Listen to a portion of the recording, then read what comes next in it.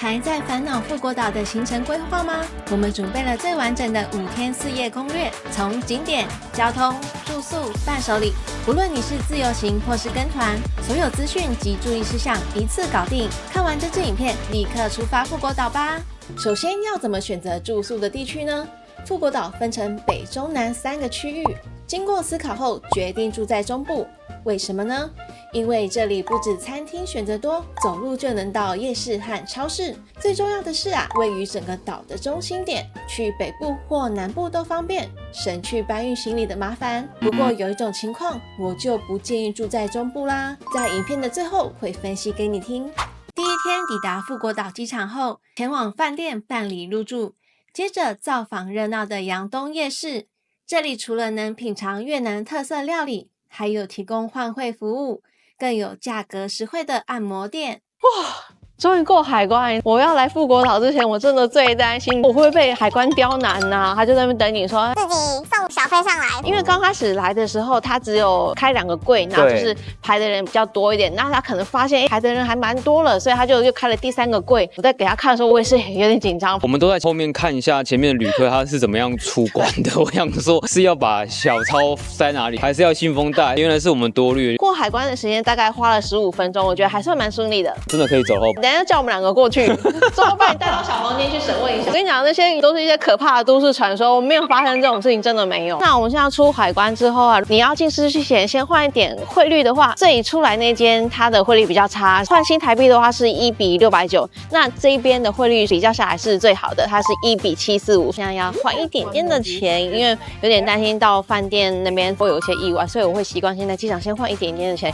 虽然不是最好了，但是比较保险一点。你知道在富国岛旅游最棒的是什么吗？搭巴士居然是免费的！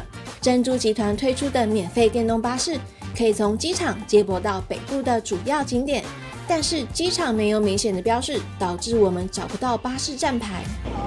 我们现在本来要搭 V bus， 但发现到我们慢了一点点，巴士远离我们而去了。我们入境出来之后右转，这样绕到这个停车场这边，你就会看到一台绿色的 Vin Bus 在这里。门口那边有非常多的，比如说 Grab 或者计程车都在门口那边招揽生意，你就不用理会它，就来这边就可以了。我们接下来要等多久？因为它是每15分钟一班，所以我们要15分钟过后才会有一班新的 Vin Bus。那也是免费的。今天还好是多云的天气，不然我在那边应该被晒死了。享受一下这边大自然空气，看看我好像来到澎湖一样。Vin Bus 来了，17号。是在这边巴士最多班次的一班，可以从机场到中部到北部的地区都可以搭。虽然巴士站牌以越南文为主，不过是由英文字母拼写，所以还蛮容易辨别的。建议下载 Vin Bus 这个 app， 这样就能及时知道巴士什么时候会到站哦。现在不知道发生什么事，我在阳东夜市这边，就是已经塞了。大概停了15分钟都没有动，看起来也不是遇到车祸啊，就是因为这边有学校，然后刚好遇到学生放学的时间，所以塞超久的。看起来好像是因为修路的关系，难怪这条塞了这么久。话说在越南有个有趣的文化，就是司机常常按喇叭，不过这不是司机在气嘟嘟哦，据说是当地人用来提醒以及打招呼的方式。你现在来这边，对于他们喇叭声有习惯吗？我觉得蛮习惯的，因为在台湾就是这样啊。我就觉得我好像在地人因为这边的气候潮湿了一点点，人行道有点不太友善，因为发现到好多机车停在旁边，我有时候没办法直直走，可能要绕到旁边。那跟台湾也很像啊，你应该也要习惯啊。他们会按喇叭，其实也不是因为他真的要扒你，只是提醒你后面有车要小心哦。走在马路上，我还发现越南和台湾有个共通点，一样喜欢唱卡拉 OK 散播欢乐。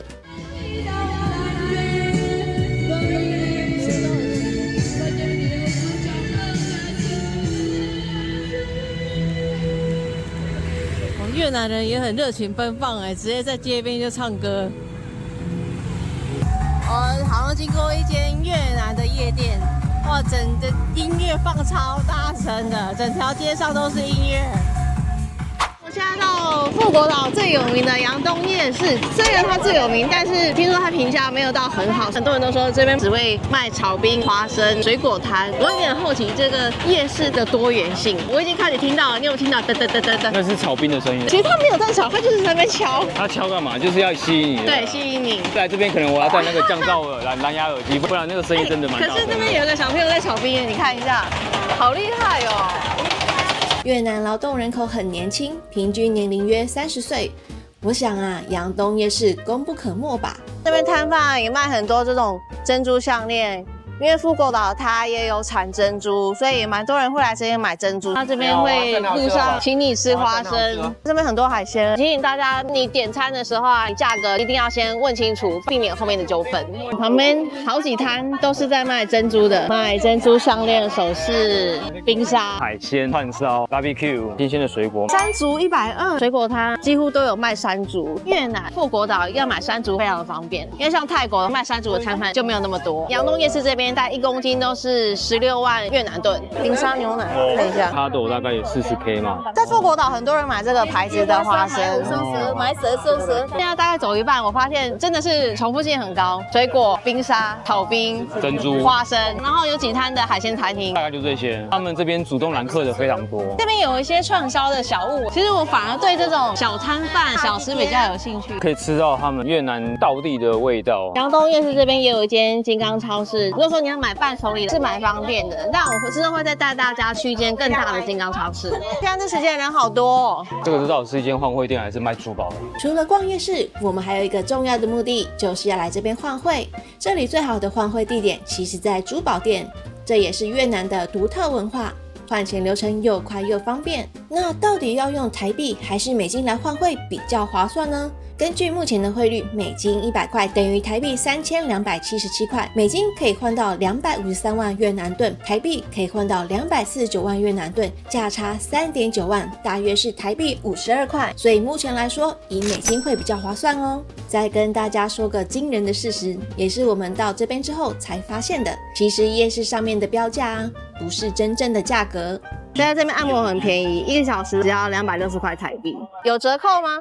表加经济30分钟8万，60分钟15万了。哦，60分钟15万，这里60分钟打折23万，90分钟35万了。到几点？1点。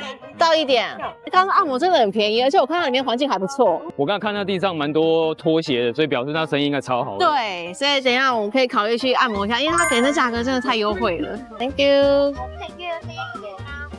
我没想到它会卷成像蛋卷的样子。我们这支点是综合是香蕉焦巧克力，那原本 menu 上面它是写5万块越南盾，但是他说一样价格，他一样给我们3万块。所以我发现啊，你来越南任何东西其实都是有杀价空间的。好吃不？觉得还不错哎，就是因为它是一直压，把香蕉的味道浓缩压进去，味道是还蛮扎实的。我要来推荐富国岛必吃的美食——招牌小卷米线。这间店呢，只卖这一道特色料理，选择喜欢的配菜有小卷、牛肉、虾饼、鱼饼，价格从6万块到8万5越南盾之间，每份都是现点现做，超新鲜。最棒的是还有自助调味区，可以调成自己喜欢的味道。好了，好期待小卷米粉，但现在真的好热，我先来喝一口甘蔗汁。听说甘蔗汁也蛮厉害的。如果你想要让这个甘蔗汁再酸一点点的话，你可以自己加晶晶。我觉得酸酸甜甜的很好喝哎，不会像一般的甘蔗汁，因为甘蔗汁本身就很甜，就会有点过腻。这杯必点。它的汤底是比较清淡一点，所以你吃的时候要先记得多加一些他们的酱。你先喝清汤看看好了。很清淡，但是蛮鲜甜的，是喝到那个海鲜原本的原汁原味。哎，难怪它刚刚煮，其实煮蛮久的耶，新鲜现煮，所以他们煮的过程才比较久一点。如果你今天觉得味道不够的话，它这边会有2个佐料，一个是辣椒，一个是他们自己家的特制的酱料，我们就把它勾一勾，就把它放进去。本身汤的味道很清淡，所以建议你一定要先加一匙。跟我们台湾吃到的米粉的口感不太一样，因为很 Q 弹，不会煮得太糊或是太硬。刚吃它鱿鱼里面好像有包蛋，我刚吃到那个好好吃哦，它鱿鱼好新鲜啊，可能是澎湖的等级了。吃完晚餐回饭店，你绝对想不到，在富国岛这间超便宜的饭店，2个人1晚只要700块，还包含早餐，这价格也太夸张了吧？到底住起来是天堂还是地狱呢？跟着我们一起来开箱吧！它空间还蛮大的耶，浴室跟厕所这边是分开的，一般的就是牙刷、梳子、浴帽，就是简单的备品而已。这个是洗手乳，吹风机的话是在下面，浴巾哦，它这边附有洗身体的跟洗头的，那就是没有润发，可能大家就自己带。这边有一个制衣架，下面再给你放行李的位置，刚好可以放2个行李，大的这种行李箱放得下。下面有拖鞋，我这边很方便，它有一个置物的地方让你放东西，还有一个全身镜。像这边的 mini bar 饼干跟泡面要另外收费，但是呢，咖啡啊，还有茶包，还有2瓶小瓶装的水，这都是免费的。煮热水的，下面也有一个冰箱、电视，觉得这边就是干干净净、简单的一个房间。这边有窗户哎，哦，看到对面的山了。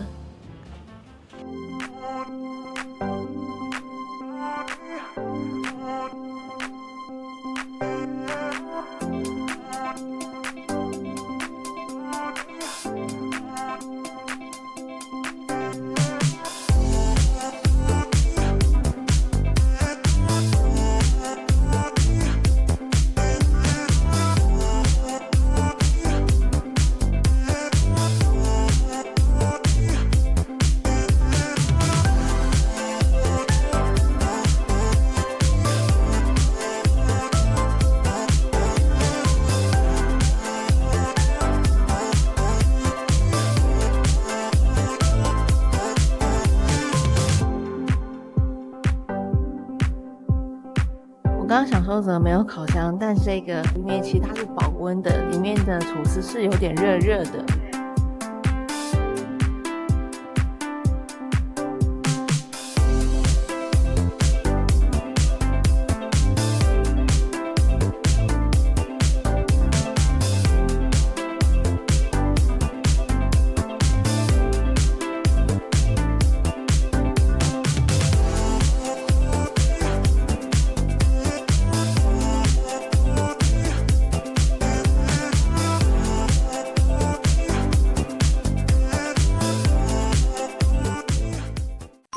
前往有越南版迪士尼之称的珍珠乐园，园区设有水上、陆地、水族馆3大主题区，晚上还有精彩的闭幕表演秀，因此安排1天的时间在这里游玩。早安，我们现在要去富国大世界。人家说我们要先去珍珠乐园，但是要先搭 Wing Bus 到富国大世界之后再转车。我们饭店出来之后啊，饭店的对面这边就有搭 Wing Bus 的站牌，就在这边等车。推荐大家要去下载 Wing Bus 的 App， 像那边就有显示，它大概2分钟左右就会到我们这边的站牌，就可以查看巴士的动态。然后现在剩1分钟。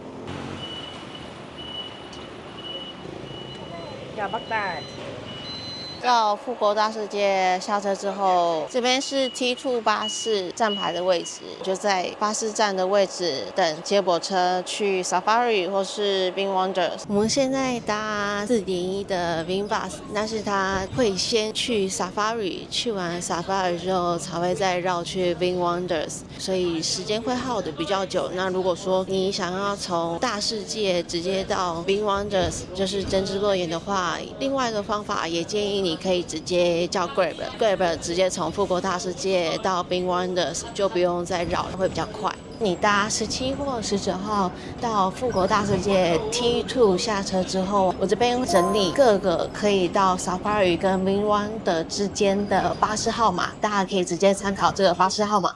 搭车终于到珍珠乐园 Wing Wonders， 建议大家提前购票，你就可以直接用 QR code 扫码进去。那我们这次是在 KKday 上面购买门票，购票的链接我会放在下方的资讯栏。我觉得很棒的是，因为我跟薛仁也去过东京迪士尼，对迪士尼的第一个印象是人非常非常多。可是我来这边的时候，发现到好空旷哦，可以好好享受在这边的气氛。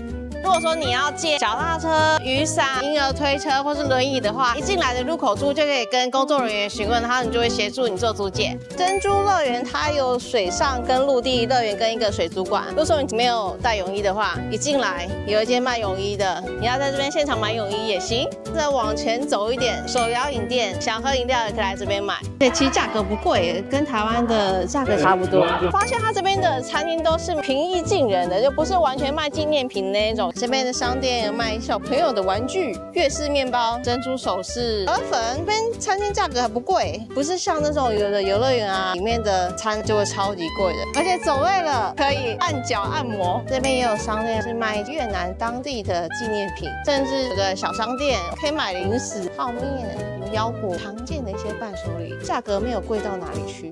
芒果干12万越南盾，而且原来这边的乐园是可以卖啤酒的哎，太奇妙了吧！穿过欧洲大道，你会看到珍珠乐园的梦幻城堡。在这里，除了拍美照，还有精彩的表演秀。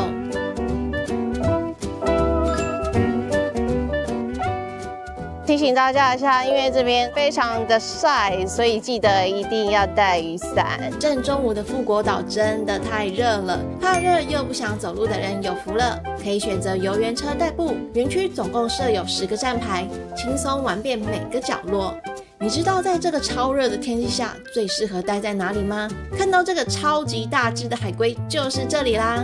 拥有世界上最大水族馆之一的海王宫殿，这边也有一个非常重点的表演节目，2点的美人鱼秀以及海底餐厅都在这栋里面，所以我觉得也许你要避暑，或者一整个下午你要耗在这水族馆，也是非常的适合。那我们进去避暑吧。一进门就看到气势磅礴的海神雕像，背后的巨大水族箱超震撼。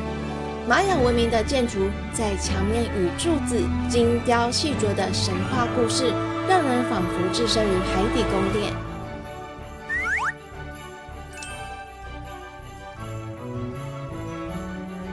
刚走进来啊，看上面有一颗那么大的球，然后这边有水一直往下面泼，好像穿越到另外一个世界。如果30年后回来，你要认得我。30年后我要改嫁喽。小只的红鱼，第一次看到小的，特别可爱，特别 cute 哎，嘿嘿嘿，它来跟你打招呼了，它还对你微笑哦。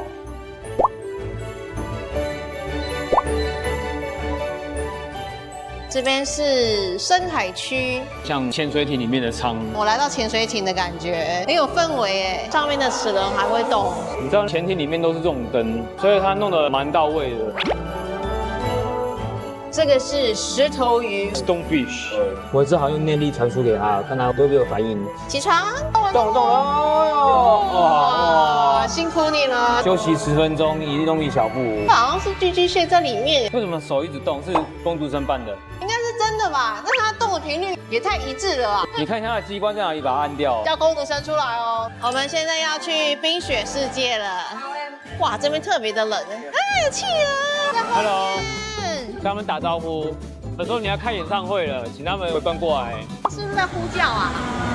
他好像在召唤大家哎，神秘聚会，好有趣哦。这边有可以喂食企鹅，所以他都会来这边游泳。你知道我刚才看到他拿那个夹子，我以为他要把那个企鹅夹出来，按几斤几两去称重，我有点吓到。哦，原来他是要喂食。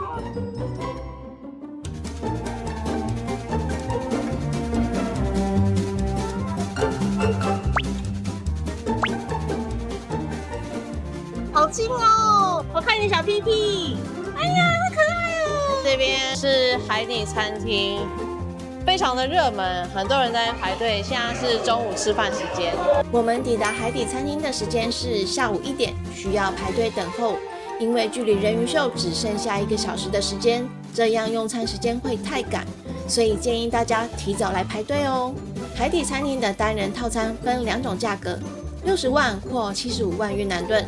主餐可以选择牛排或鱼排，素食者可以选择蘑菇起司意大利面。如果说你想要在这边等待表演秀开演，旁边有顶茶可以买饮料，右手边这边还有一间伴手礼，饮料价格都不贵，有茶、饮品、果汁以及热狗堡。刚刚买了一杯冰咖啡，4万越南盾。这边也有一间洗手间，另外一边还有卖冰棒，3万到3万5之间。爆米花3万块，零食不错哦，可以在这边买零食，然后等待看表演。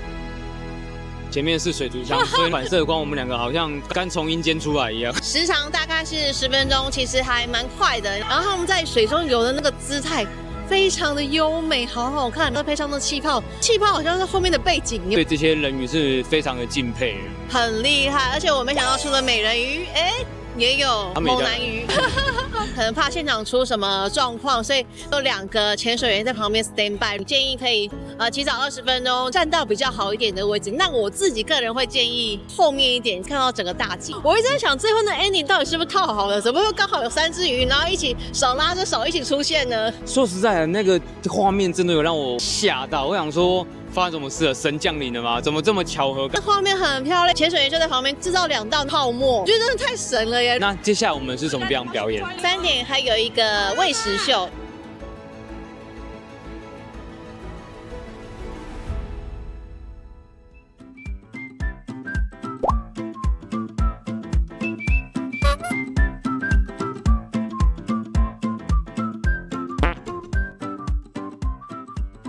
美人鱼秀跟喂食秀，我觉得2个秀都非常的棒，因为还有跟红鱼还有鲨鱼一些互动，那红鱼一直转啊转啊，在正面看到那红鱼吃鱼的画面，那嘴巴好可爱。这整个水族馆给我的感觉非常的磅礴，人家说硕大便是美嘛，我觉得这个水族馆整个很符合这个形容词。那这边也想要提醒大家，喂食秀不用这么早到，没有像刚才人鱼秀这么多人，所以我大概提早个5分钟来这边卡位就可以了。最热的时候我们来水族馆。那现在已经比较没有那么热了，所以我们就接下来前往下一个景点啦。觉得蛮棒的是，这个乐园基本上任何一个游乐设施都很少人在排队，所以你玩完一次之后可以不断的重复玩。我们现在在维京村这边有一个类似像急流泛舟，现场有在卖雨衣，一件是1万5越南盾。因为我刚刚有问旁边的工作人员，就说玩这个会不会淋湿？他说 yes， 会 very wet， 就提醒大家记得要买一件雨衣再进去咯。你有什么感言？我怕头发湿掉。没有这么夸张啊！来了，最后那边会有一个喷水的地方，在最后还会比较湿。真的不夸张。结束后，我们对面的小朋友立刻又跑回去重玩，我看至少玩了3次吧。现在在城堡的后方要玩恶龙的诅咒。看到后面那个中古世纪那种壁画，就觉得那个壁画好像随时会弹出来。很像迪士尼进去的时候，它会先营造氛围，先让你进入那个世界。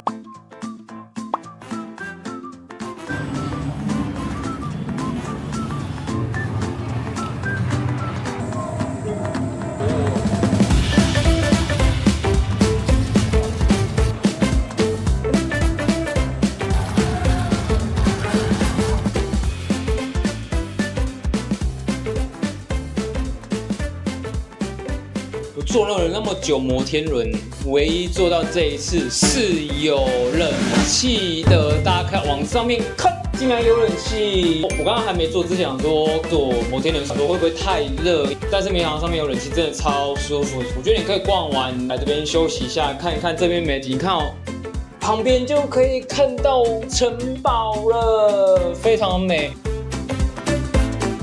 看一下入口的人在干嘛？哎，是游行了耶！但是这个游行真的好迷你哦。哇，后面还有一个好大的高尔夫球场。从上面看，这游乐设施都好像小小的玩具哦。在摩天轮的另外一边，我看到一个比较奇特的奇景，挖了2块填海。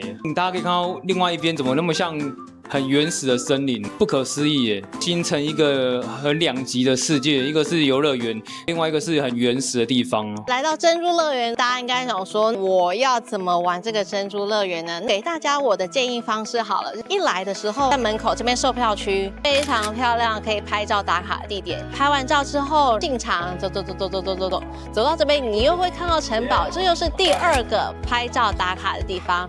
再来，早上趁太阳还没有很热的去冒险世界，这边的游乐设施都比较刺激，还有一个摩天轮。那等到接近中午，比如说12点到下午2点这段时间最热的时候，你就可以到这边绕到海龟水族馆这里，因为这里的冷气就非常的凉，可以看海洋世界，以及说里面有个海底餐厅，但是海底餐厅它是比较热门，可能需要排队一下。用完餐之后，2点有一个美人鱼秀，那3点有一个喂鱼秀。看完之后，你出来等到这边已经比较没有那么热，你就可以到这里的水上乐园去玩。水上乐园玩一整个下午，你在梳洗之后，刚好可以接到晚上的6点45，在中央城堡这边有一个闭幕秀。但是因为人潮也还蛮多的，建议大家可能提前个半个小时就到这边来 stand by 准备一下，看完秀之后就可以结束这一整天的行程。因为我们来这边之后发现没有什么遮蔽物，那中午真的会太热，所以也不建议大家在很热的时候就跑去玩水上乐园，这样子的玩法可以参考看看咯。因为等一下晚上6点45的时候，在这边有一个闭幕秀，你看现在前面就有人坐在前面等了。那在等待这段时间啊，你就可以在旁边的摊贩买一些东西。我觉得很好的地方就是说，他们这边的价格没有很贵，你在这边吃东西也不会有很大负担，就可以来这边买一些小东西吃。看这边的冰沙 smoothie 大概6万块越南盾。我现在在旁边这摊买法式面包，当然最便宜2万盾就有了，6万盾的话就是热狗堡。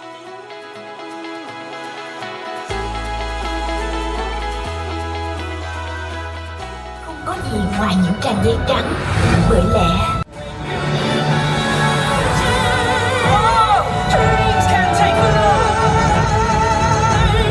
những tên cướp biển.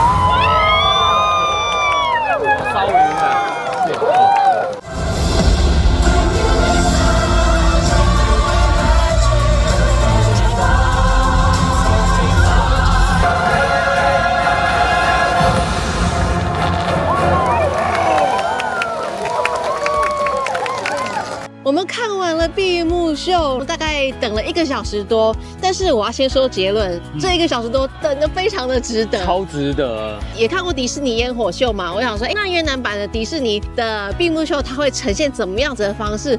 哇塞，超出我的预期，吓傻了耶，超精彩的！有灯光、演员，加上它水面上还有火焰的喷射跟一些水舞搭配起来，我没有想到在越南可以看到如此高品质的表演。在现场看好立体，我以为真的有艘船出来了，超强哎！它这个技术真的蛮帅的。它是有个故事的剧情要起承转合，每一个段落都有一个非常棒的氛围，好感动哦！我觉得看了真的好开心。没想到压轴是放在最后，酒腾到最后才是最香的，从早玩到晚，晚上再做一个这么完美的 ending， 超 perfect。我觉得大家来，就是你行程不要排得太赶，晚上的闭幕秀，拜托你一定要看，你没有看这闭幕秀，你真是白来珍珠乐园了。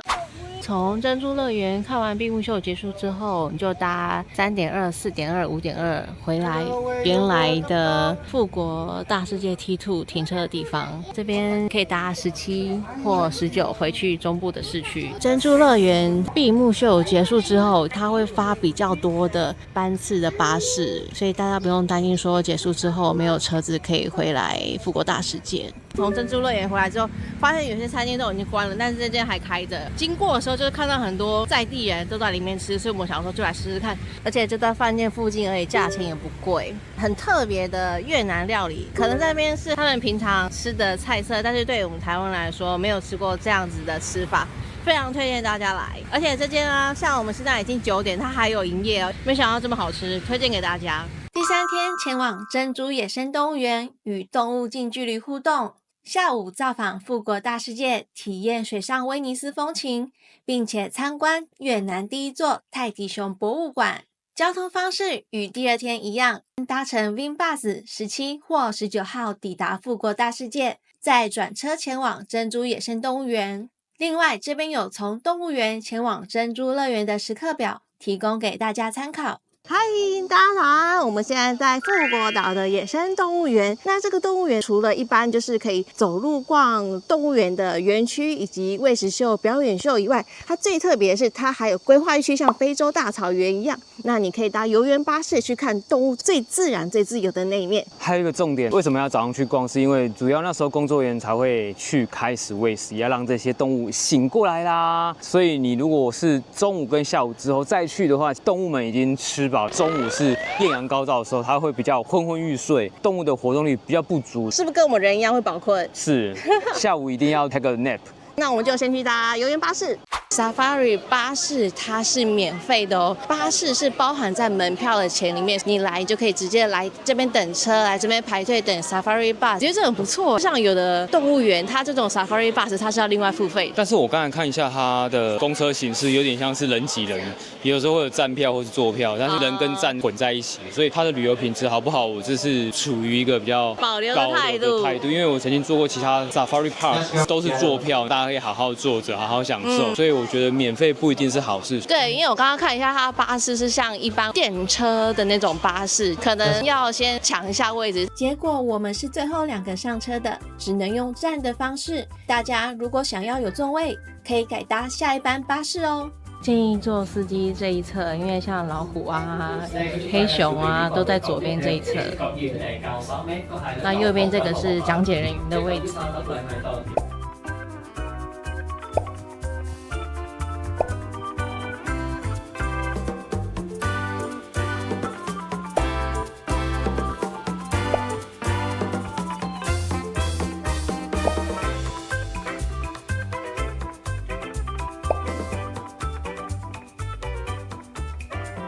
完整个 Safari 巴士行驶时间大概是20分钟左右。刚开始看它排队人潮好像很多，人潮消化速度其实还蛮快的，因为每辆巴士能上的人还蛮多的，而且它不会把整辆车塞得满满的，那顶多可能是会有3、4个没有座位而已，但是整个巴士的舒适度是 OK 的。觉得很棒的是前面有一个导游，那导游全程用英文去讲解每一只动物，它的妈妈、它的爸爸、它的祖宗18代全部把它讲出来了。动物的种类没有到很多，大概就是老虎、狮子、斑马、犀牛，所以看下来比较不会有这么多惊喜连连的感觉。它每一区之间，它每种动物是有做隔离的，比如说这边是老虎区，老虎区看完之后还会再过一个铁门，再到下一个可能是黑熊区，它会这样子做分割。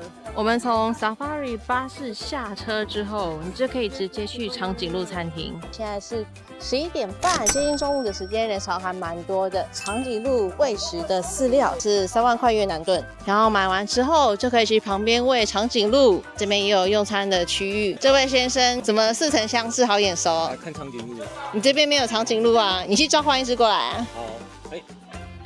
走到后面这边喂的人很多但是因为长颈鹿的数量比较少一点，大概只有3只，有一只小的，好可爱哦。其他长颈鹿在后面有他们自己的午餐可以吃，所以这边只有3只长颈鹿而已。对了，要提醒一下，这边的餐厅就是户外的，所以它是没有冷气的，中午还是会有一点点的闷热。除了没有冷气这件事情外，也会建议大家，如果说你想要安静的用餐，你就远离长颈鹿喂食区，因为长颈鹿喂食区那边是用餐跟喂食的地方都在那里，所以会有点混乱。想要安静吃饭的话，你就尽量在这一区就好了，比较不会受到打扰。除了长颈鹿以外，还有2个区域很特别，能跟可爱的动物近距离接触。想知道是哪些动物吗？跟着我们一起去看看吧。我觉得超近的耶，而且他们活动力好旺盛哦，就是在旁边那边跳来跳去、跑来跑去。我觉得很难得机会可以这么近距离看到动物，但是大家不要去骚扰他们，也不要去抓他们。就是你要小心它来突袭你，所以你可能随时要拳击步伐要站好，要摇伞，要左闪。你后面有一只来偷袭你了。我在访问他，你有没有什么要讲的？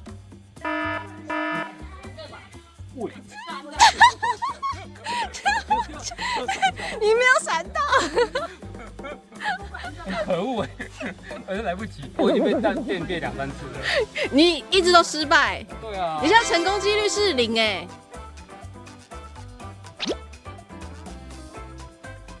如果说狐猴是园区的人气王，那下一位重量级巨星呢，就是体重超过4000公斤、温驯可爱的大象啦。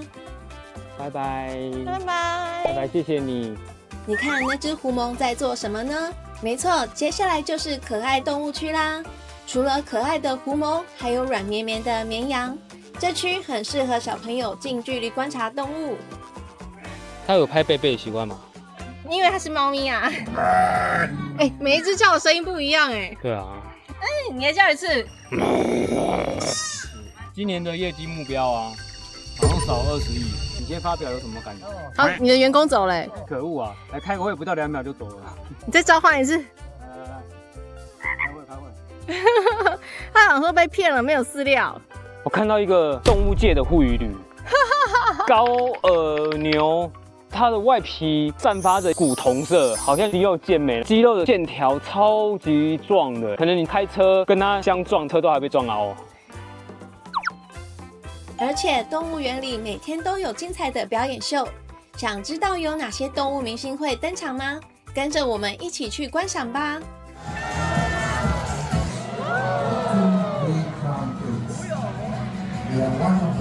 好辛苦了。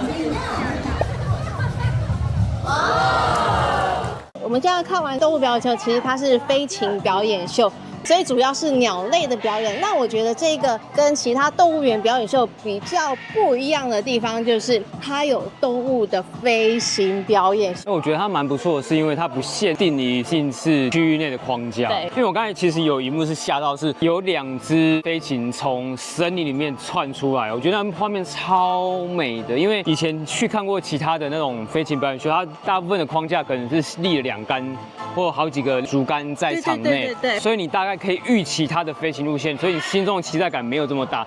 但是因为它从树林窜出来了，你会哇！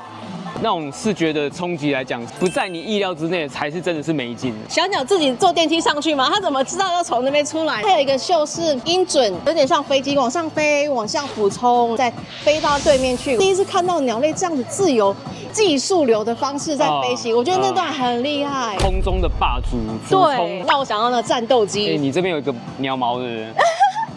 好像是谁的鸟毛飞到我头上？你好幸运哦，还好不是鸟屎。没有，这就是个幸运加持20%。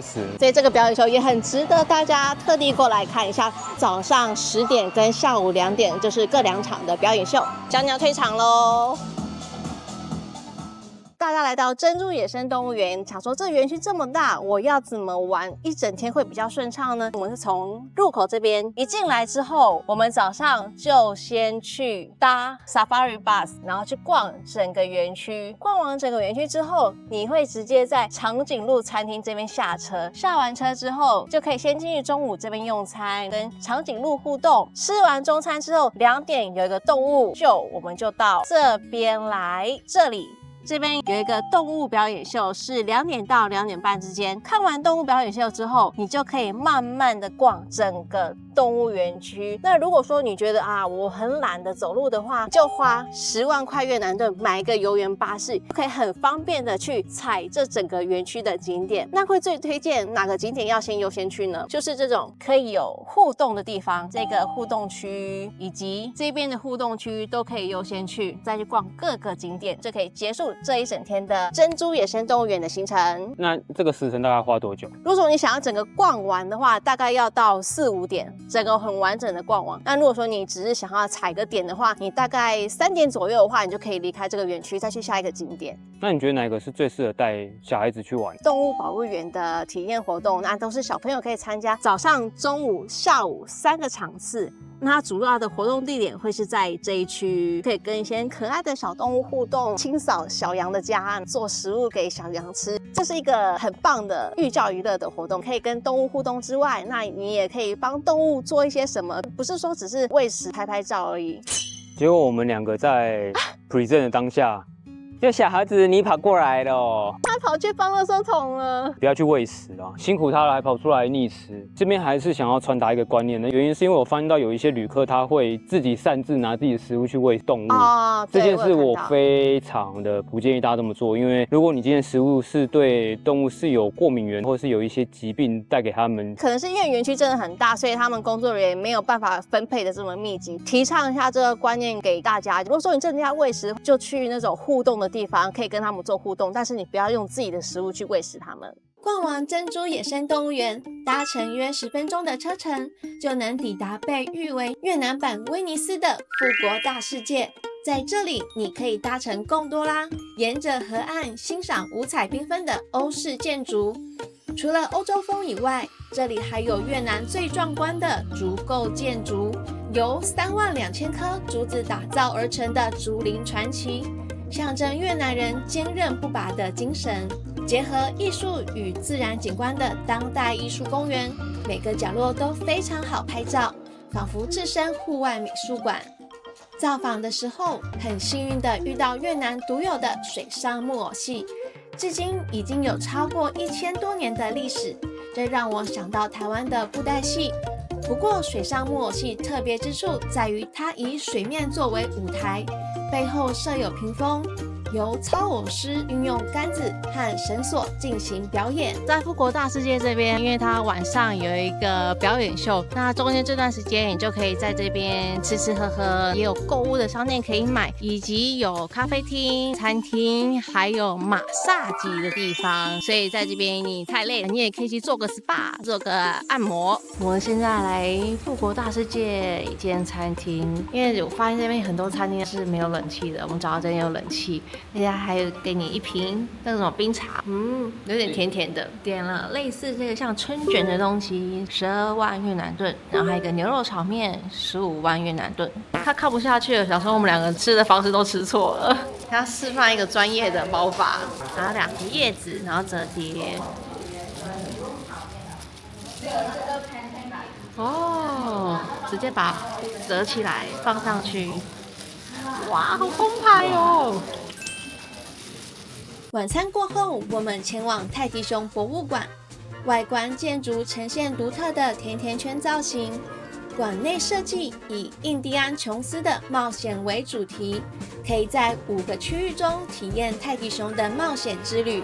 那这间泰迪熊博物馆是越南第1间的泰迪熊博物馆，这边有500多只的泰迪熊可以拍照，而且它的营业时间很长，从早上10点营业到晚上9点，所以你在规划行程的时候，如果你中间有一段时间想休息，或者说你想要弹性调整你的行程，你都可以随时过来这边泰迪熊博物馆，当做你富国大世界的其中一个景点。我们这次是在 KKday 上面购买门票的，购买的链接我放在下方的资讯栏，就可以跟富国大世界一起规划进去你的行程。你仔细看他手上拿的是什么？我第一时间其实看到是电脑。对，我想说泰迪熊也太现代了吧！你也可以请你的小孩抓周，看他喜欢哪一个。有的喜欢拿手机，我刚才看到还有拿汉堡、皮包爱心的。那有人求爱心，他有可能去拿爱心的。爱心有没有在下面？这蛮有创意的。好的，我们现在非常荣幸的请到泰迪熊本人过来跟我们一起合拍，而且他今天还特地穿着越南的奥黛。我先讲感想，因为我们还没逛完。可是刚进来的时候，我原本的预期心里是想说，这种娃娃博物馆应该就只是把泰迪熊装扮成漂漂亮亮，然后穿着可爱的衣服让你拍拍照，做一些互动。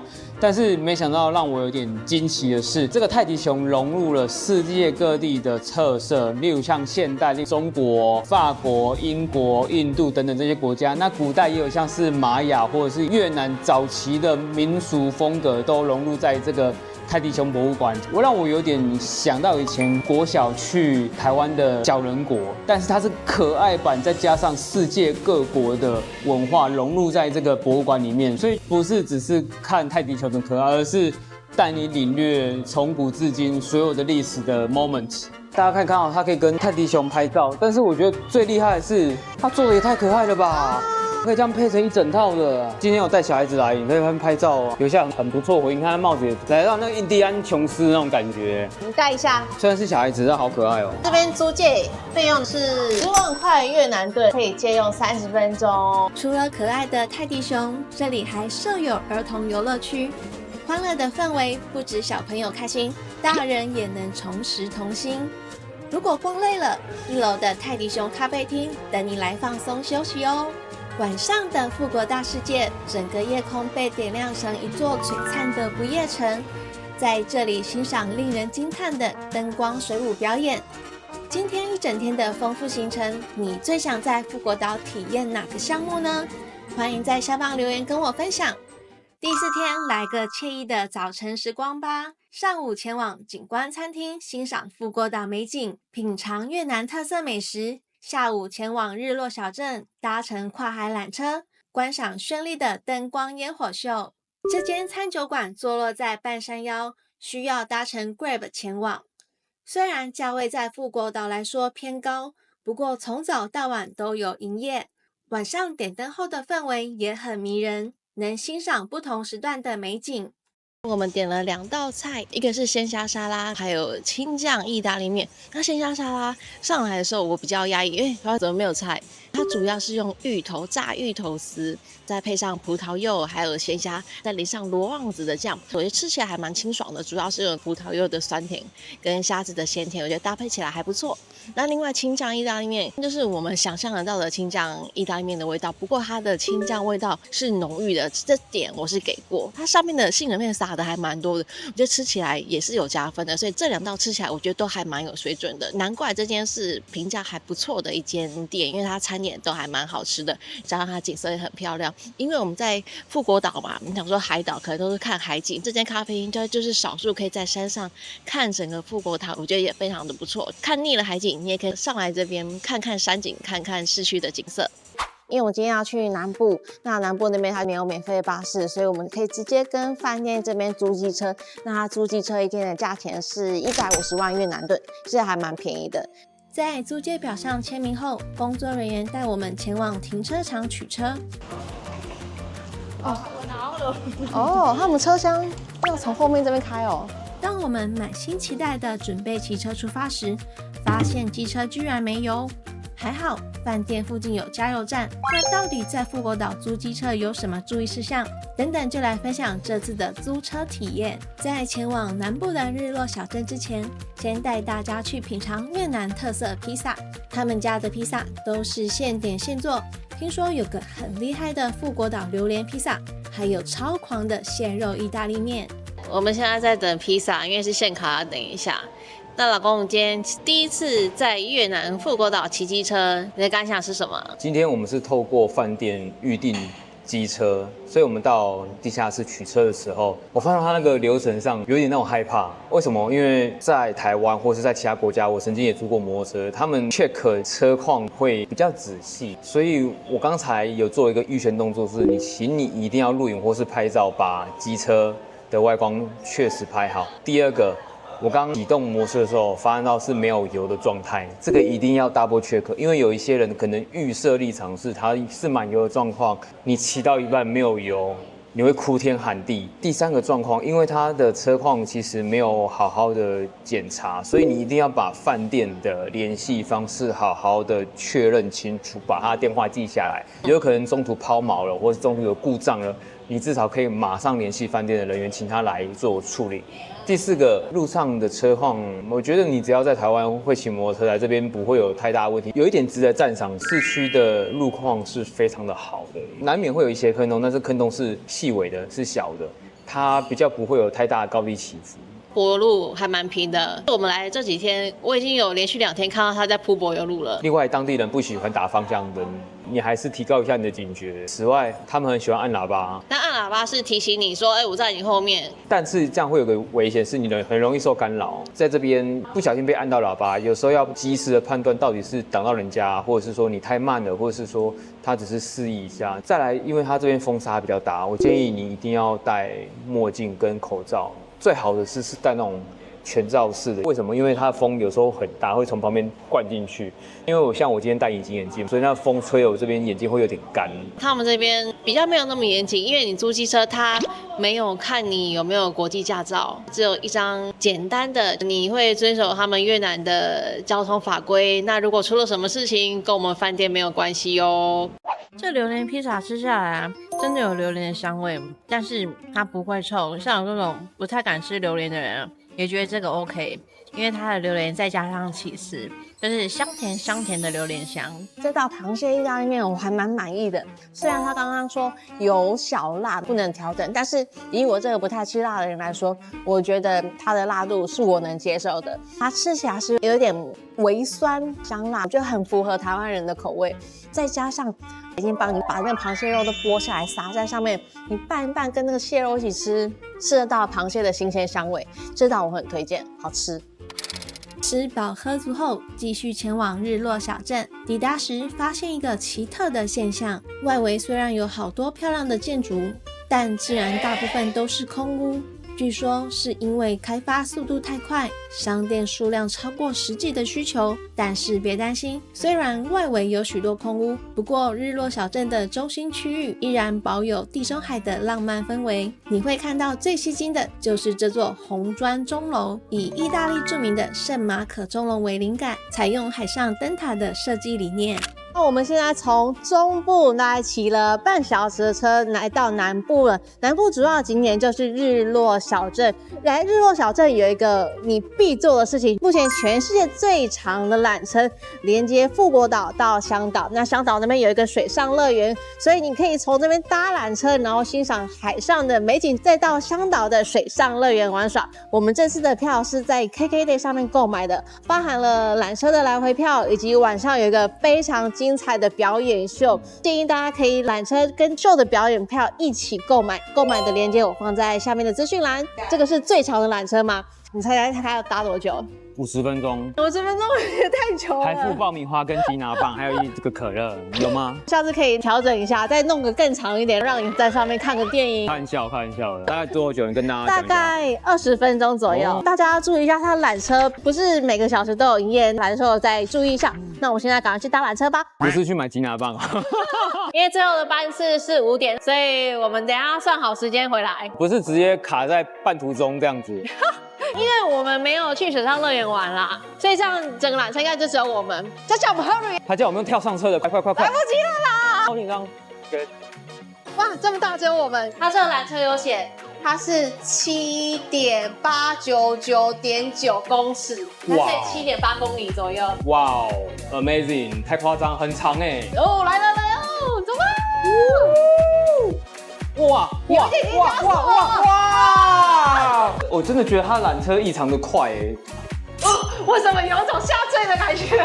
我觉得真的我会怕，这个不能让老人家来，我妈应该吓到会哭我跟你讲。不过后面的景真的好漂亮，你看这边日落多漂亮。就蛮特别的是可以看到这种像渔村的景色，因为现在有余晖，好美哦。所以难怪这边叫做日落小镇，因为它就是日落的时候刚好夕阳就是在这个位置照下来，整个日落小镇就非常漂亮。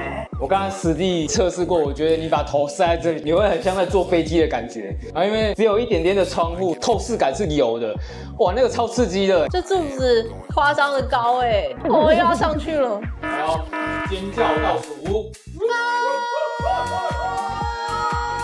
还好，整个车厢只有我跟薛仁，因为刚刚我们2个叫的超大声，真的我自己都觉得好恐惧。很丢脸呢。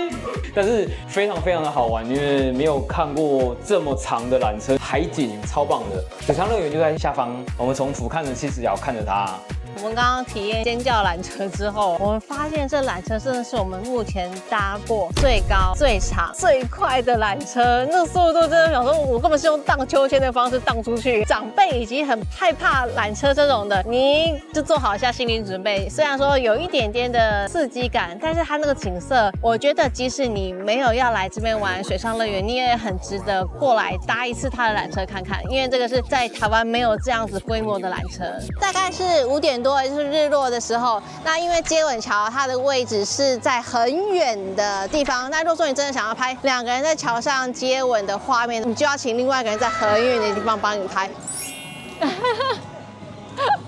也推荐大家可以买接吻桥的门票去入场，因为在晚上7点45的时候有一个海洋交响乐的表演，在接吻桥上面看的话，视野会是最棒的。现在大概是5点半的时候，旁边就已经有警察他们在管制这边的交通，所以你什么骑机车都不能进来这里面，大家再注意一下。大家要去接吻桥，因为我刚刚有说过嘛，接吻桥它非常的长，一个入口是在下缆车的位置，是在南边，那另外一个的入口就在北边星巴克这个位置，那从这边进去就可以上接吻桥。哇，我看到了，好漂亮哦！而这边日落，然后再配上一大片的海景，真的超漂亮。那好看吗？夸张哦，有点扯。而且我觉得这边它真的很厉害，太阳世界集团做的都是一整大块区一起规划，我觉得非常有整体性。那景色真的一绝，而且腹地很大，逛起来非常的舒适，加上今天有一些凉风，吹起来超爽，真的很有海岛度假的氛围。你知道为什么这里叫做日落小镇吗？当太阳下山时，天空会从橙色慢慢转变成耀眼的红色，接着出现一丝紫霞，最后在夜幕低垂时渐渐消散。因此，这里被誉为越南观赏夕阳最美的地点。好遥远哦！我也要来找老公了。这边是亲吻之桥，带大家看，走到这边来。终于到了亲吻桥的其中一侧，很有趣哎！你看2个桥，中间这边是分开的。那如果说要拍这个照片的话，很辛苦哦。2个人要分别从2个不同的地方过来朝中间这边汇合，让我想到《牛郎织女》也是7月7日的时候才在桥上汇合。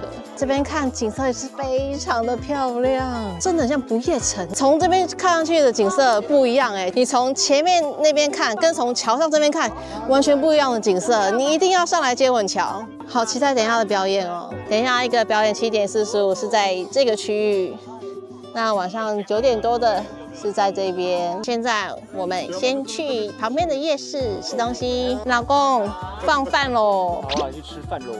夜市离接吻桥北侧至星巴克这个入口非常的近，走过去就到了。那你有没有想喝的、想吃的 ？Hello， 洛梨冰沙才30哎，我有没有看错？太便宜了吧？你这段时间喝了多少洛梨冰沙？我跟你讲，我来东南亚已经快要变成洛梨冰沙达人了。我从泰国喝到越南去了。其实，在东南亚常常大家会喝芒果冰沙嘛，因为我已经来很多天了，每天都喝这些，你会发现越来越甜。直到有一天我点了洛梨冰沙之后，我觉得洛梨冰沙那个甜味它是刚刚好的，不会过于甜腻。还有重点是，洛梨它非常的健康，对，它营养素很多，但薛仁真夸张到每天至少都给他来个1杯当成基本款。发现这边夜市的洛梨冰沙的价格有让我吓到，非常的便宜，但是重点要看看好不好喝。哇，好大杯哦！而且我跟你说，这个颜色给过，应该是浓郁的。我觉得浓度是刚刚好，然后有点可惜是它的冰沙打得不够细，还是有一点点小小的碎冰，所以我刚刚才会吸不上来，但是还是好喝。目前逛下来人没有到很多，所以逛起来其实蛮舒服的。每个摊位啊，看起来非常的干净，也非常的漂亮，打破我对于夜市的印象，然后价格又不贵。看到这小摊贩，我们想要点一个鸡蛋仔。还有2.5万越南盾而已，还有槟榔叶包牛肉。点完餐之后，我们就到里面这边坐着休息。点好了，点好了。对啊，这边还不错，小桌子让这边坐着看海。来这个夜市蛮特别，是你可以吃正餐，也可以吃小点。因此，我跟雪人点了槟榔叶串，而且很贴心，是它是现烤的。很好奇，槟榔叶包牛肉什么味道？好烫。好烫，不是先吃到味道。但我觉得这种串烧就是要吃烫的才叫爽。里面好像是槟榔叶在嚼的时候是有嚼劲的，然后里面牛肉蛮 juicy 的，好吃。一串是15，他说有 combo 是25，我就买了2串。老婆试试看，他把槟榔叶烤的有点软软的。如果好给过。刚才好笑的是，服务生直接用跑得过来，可能他自己觉得太烫了。他刚刚就是这样拿过来，叫云流拿，然后就跑掉了。站长，赶快拿给你，传给你，我要走了。笑死我！他自己也烫，我们拿到就哇，好烫，赶快把袋子打开让它散热。来到越南一定要吃法国面包。早期越南被法国殖民，所以他们遗留下来的传统美食就是法国面包。我刚才觉得有点感动是，以前看到这种类似沙威玛这种法棍，在台湾好像大部分都是面包直接夹一夹就给你，它还有经过热压的程序，这么大一片，先吃上看咯。哇，我听到酥酥脆脆的声音了耶！酥酥脆脆的，里面加一点番茄酱，酸甜的，给过，好吃。这样才3万越南盾哎。到尽头的时候有一个越南严选，看起来是大型的卖场，而且里面人还不少哦。在南部这边，主要你要买伴手礼，应该就是在这一区了。这一区应该算是最完整的。我们走一走就走到尾巴了。这边其实是夜市的头，那因为我们是从接吻桥那边过来，说长不长，它中等长度的夜市，整体非常的干净好逛，价格又不贵。在夜市吃饱后，准备欣赏7点45的海洋交响乐。在接吻桥是最佳的观赏位置。海洋交响乐是一场结合音乐、烟火与水上特技的海上表演秀，在优美的地中海建筑衬托下，呈现出令人惊艳的视觉飨宴。海洋之吻是日落小镇的压轴节目，建议提前在 KKday 购票，会比现场便宜哦。好像来看电影哦，入场有那种尊荣感的感觉。像一个剧院一样。那刚刚有卖爆米花吗？我还想说有没有吉拿棒跟可乐，然后大家可以看到右边有非常多人龙在排队。我们要不要上个厕所买个爆米上花？面真的有爆米花。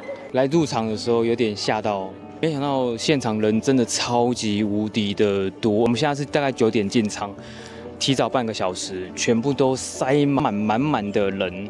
这个表演秀啊，它是由法国的制作团队呈现的一个演出，来自世界各地的表演者一起在这个表演秀里面国际化的一个表演秀，所以我对这场表演有蛮高的期待。重点是现在是礼拜天，明天不用上班嘛，当地人或是外国旅客这时候会来到这边欣赏这个表演，这个表演应该是非同凡响。我刚才看到舞台就觉得好像是一个太空舱，中间是镂空的。表演完之后，想要再跟大家分享是否值得花钱进来观赏这个表演。Welcome to my world.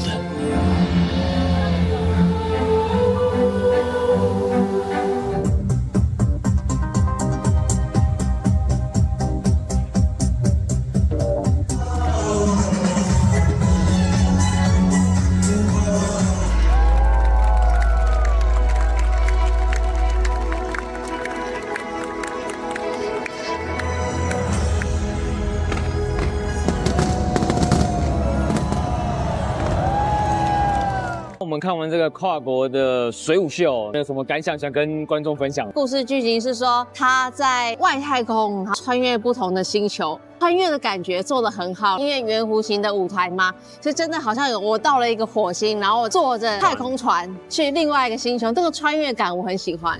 另外，我比较喜欢的一点是，它的水舞会跟一些音乐的乐器搭配，比如说后面音乐有鼓声，后面有一些萨克斯风，它刚好水舞能搭配上的那个 moment， 让这个艺术表演上非常的有张力。此外，表演者也非常的辛苦，拿了一些道具或者是弹簧床，那都是体力活。更美的是水汽洒在半空中的时候，会觉得大海、天空、月亮跟舞台融为一体，非常的不得了，会觉得整个天空都是我的电影院。还有，如果你是很喜欢看烟火的话，这边你真的是会爱到翻。放烟火的感觉就有点像是你在剧目厅，整个抬头往上望，你可能到180度，整个平面都是满满的烟火，不同的颜色、不同的角度，非常的美丽。但是我还是要老实说，我觉得那个剧情有一点点的单薄，即使你看不懂剧情也没有关系，不影响它整个声光效果的表演。那我们这次的表演秀包含说像缆车、海洋交响曲表演以及海洋之吻的表演，我们都是透过 KKday 先购买门票，购买的链接我放在影片下方资讯栏，大家有空可以提前线上购买。最后的结尾彩蛋，别忘了拍照留念哦。第5天可以在饭店放松休息，享受各项设施，度过悠闲的海岛时光，最后再采买伴手礼。接下来要带大家看看富国岛的5星级饭店。这间饭店不仅位置好，旁边就是热闹的阳东夜市，还有私人沙滩。抵达饭店的时候，可以享用冰凉的迎宾饮料，让我们在这个超热的天气瞬间凉快下来。check in 之后啊，你可以到这边的吧台，有迎宾饮料，可以免费在这个很漂亮的拉比休息。除了迎宾饮料，这边也可以单点。来到这边，你忘记带泳衣的话，也不用担心，在1楼的位置可以买泳装，也有一些小朋友玩的水上玩具。想吃东西，我经常学拼音，学多久了3个月。哦，很厉害啊！哇3个月每天我都说中文。最近来富国岛的台湾旅客越来越多，所以他很想学中文跟大家沟通。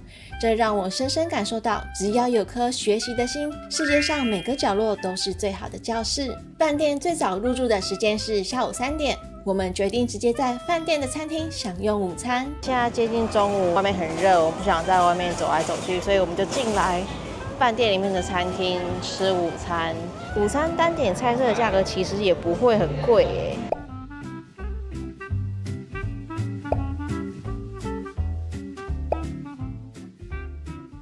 这间饭店不止环境好，位于海景第1排，还有免费的服务设施。首先，饭店提供机场接驳巴士，让你完全不用担心交通问题。健身房在地下室，健身房在这边，这边健身房有冷气，跑步机、重训，虽然小小的，但是这样就够用了。这边还有20分钟的免费桑拿。度假最重要的是什么呢？当然是无边际泳池，这里绝对是拍照打卡的最佳地点。不止如此，饭店还特别为小朋友设置了专属的游乐区，大人可以在旁边的海边酒吧放松，一边欣赏夕阳美景，一边享受调酒。接下来是最重要的房间开箱。我知道很多人在订房的时候会犹豫，到底要不要多花钱订海景房呢？看完你就知道咯。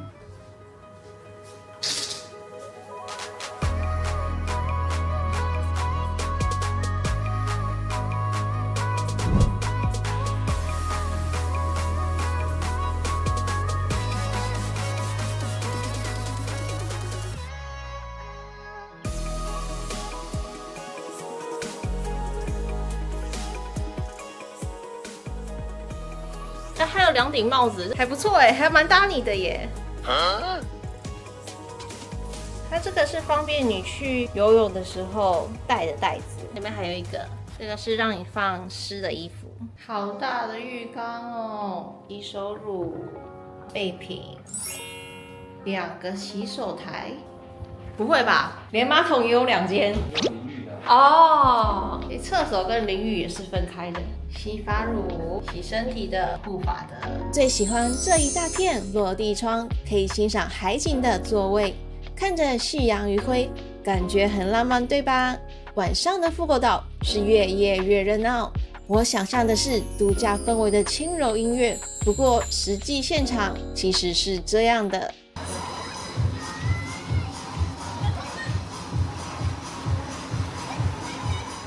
接下来是我们最期待的时刻。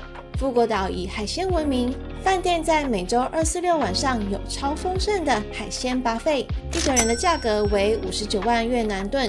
以这样的价位，到底能享受多丰盛的自助餐呢？如果你想吃回本，我告诉你，一定要避开某个地雷区。这次就是要来这边好好体验它饭店的设施。我们从中午、午餐、晚餐以及明天的早餐都会在这间餐厅吃。但是我觉得很好的部分是，它有不同的感受。今天像中午的时候，我们就是在室内吃；那晚上的barbecue，它就特地布置在靠近泳池，早中晚都待在这饭店是很 OK 的。哇，一口干了。它的虾、生蚝、干贝都是品质到位，是非常新鲜。因为包含刚才我在剥虾的时候，一剥我就知道新不新鲜，吃起来是鲜甜可口。晚上这边的晚餐就是主打海鲜buffet BBQ， 所以它的海鲜是厉害的，是新鲜的。我觉得这点很重要。你不要说海鲜buffet，结果每个东西都不好吃。第一次喝到巧达汤，这么多虾子跟海鲜在里面，料很多哎，那满满的虾子，还有花枝，真的太幸福了吧，好好喝哦。甜点吃一轮下来，我觉得普普通通，没有到太大的惊艳。所以来这边我会建议大家专攻他们的海鲜类。吃饱喝足后，我们决定沿着沙滩散步消化一下。从饭店走出去，就能看到富国岛有名的地标龙王庙，所以我们决定过去看看。结果没想到是这种场景。前面是我们住的饭店，你就沿着这沙滩走过来。一些很在地化的小吃摊在这边感觉很接地气耶，在地人在这边吃烧烤，还有很多小朋友在这边玩水，我觉得很特别耶，因为头条沙滩上面有不同的风貌。我们那间几乎都是外国人，然后这边过来都是本地人在这边玩。我觉得这边很像一个很迷你的小夜市，在这边很多人骑机车来这边吃小吃，而且你看他们摊贩真的很可爱耶，就直接弄个板凳，然后就在旁边做生意了。前面有一个广场，哇，这边就直接看海了耶！我觉得好奇妙哦，从那边过来变成一个很热闹的在地化的小型的集会场所。这边有点像淡水渔人码头哎，下面是不是有鱼可以抓啊？我看很多人拿着手电筒，然后还有鱼叉那边抓鱼。经过一夜好眠，又是令人期待的早餐buffet。每次来越南，早餐我都一定会吃这一道美食，等等你就知道是什么了。先带大家看看有哪些早餐菜色吧。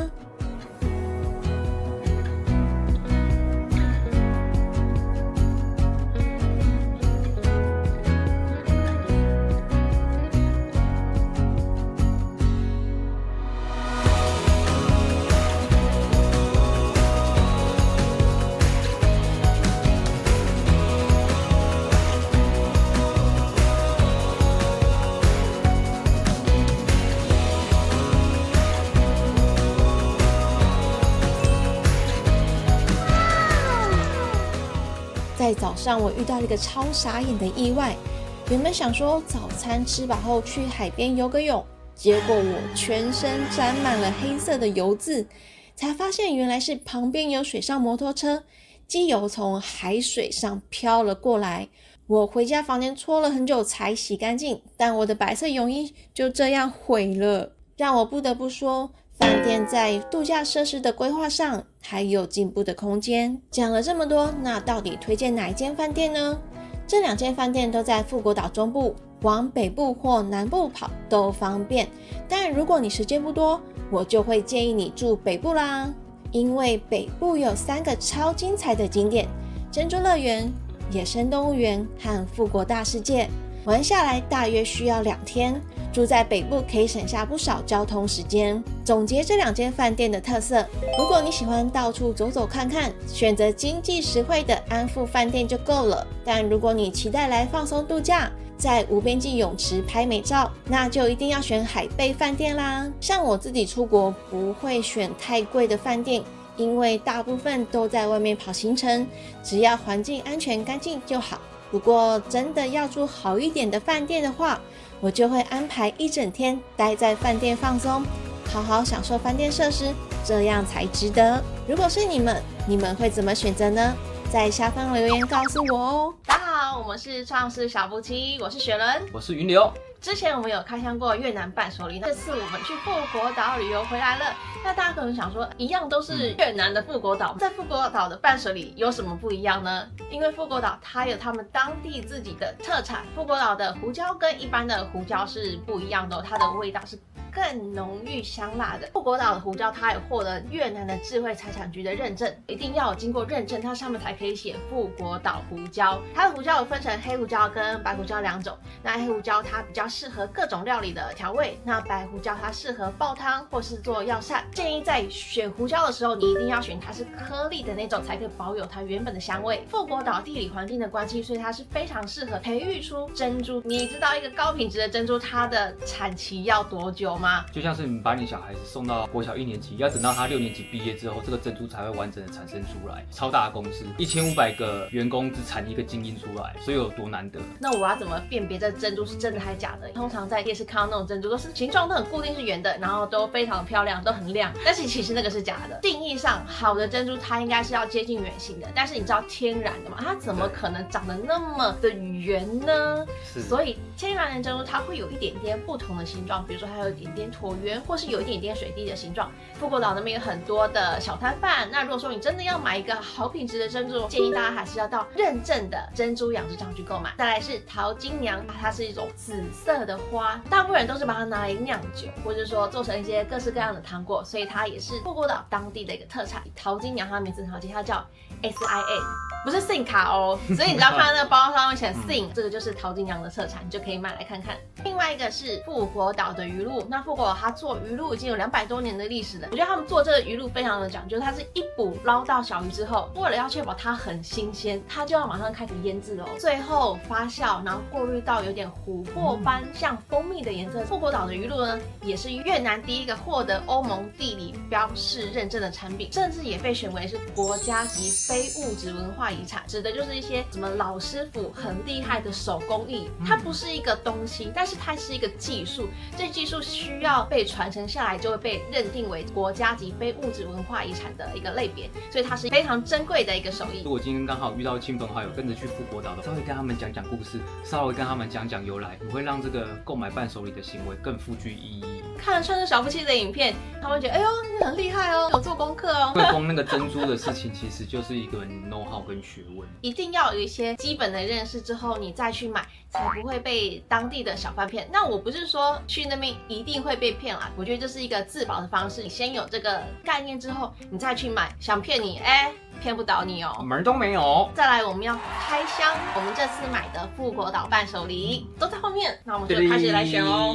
每次拍这个伴手礼的系列，我都特别的兴奋。有一个东西我一直很好奇，你不要看它破破烂烂的，说不定很厉害。这个被我们搞得面目全非的香蕉米子饼，是因为它太薄脆了，所以我们运回来的时候就已经碎掉。但是我跟大家看一下后面还是完整的，看到完整的样子。我为什么会买这个原因，是因为大部分我们去海岛国家买的都是那种香蕉干一块一块的，但是我发现这个不一样。这不一样的原因是什么？因为越南料理很多是那种米纸配菜的料理，它是香蕉跟米纸放在一起去烘烤它，才会变成这样一片一片圆圆的米纸饼。而且它这个香蕉它需要精挑细选，为什么？因为它不能选到那种香蕉中间已经黑掉。我们吃香蕉的时候，外面不是有个白白的丝吗？对，把丝拔掉之后，它才可以跟这个米纸放在一起，才会变成这样子的香蕉米纸饼。所以我觉得这个我看到就觉得很特别，我觉得我一定要买来试试看。我在还没吃之前，它的外观真的让我